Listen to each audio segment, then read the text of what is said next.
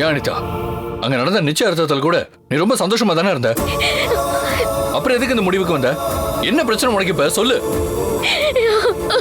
அனிதா, நான் உன்னை எவ்வளவு போல்டான பொண்ணா நினைச்சிட்டு இருந்தேன்.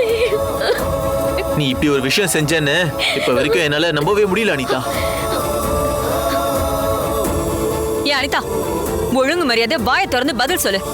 இல்ல எனக்கு வர ஆத்திரத்துக்கு அப்படியே உன்னை அடிச்சிருவேன். அம்மா, நீங்க என் அத்தை இல்ல என் பெஸ்ட் ஃப்ரெண்டுன்னு அடிக்கடி சொல்லுவியே, அதெல்லாம் சும்மா வாய் வார்த்தைக்கு தானா?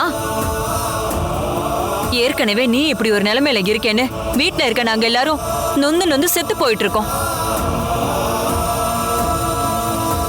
மத்த எல்லாரையும் விடு, தூக்கு மாட்டுறதுக்கு முன்னாடி உன் அம்மாவை நினைச்சு பாத்தியா?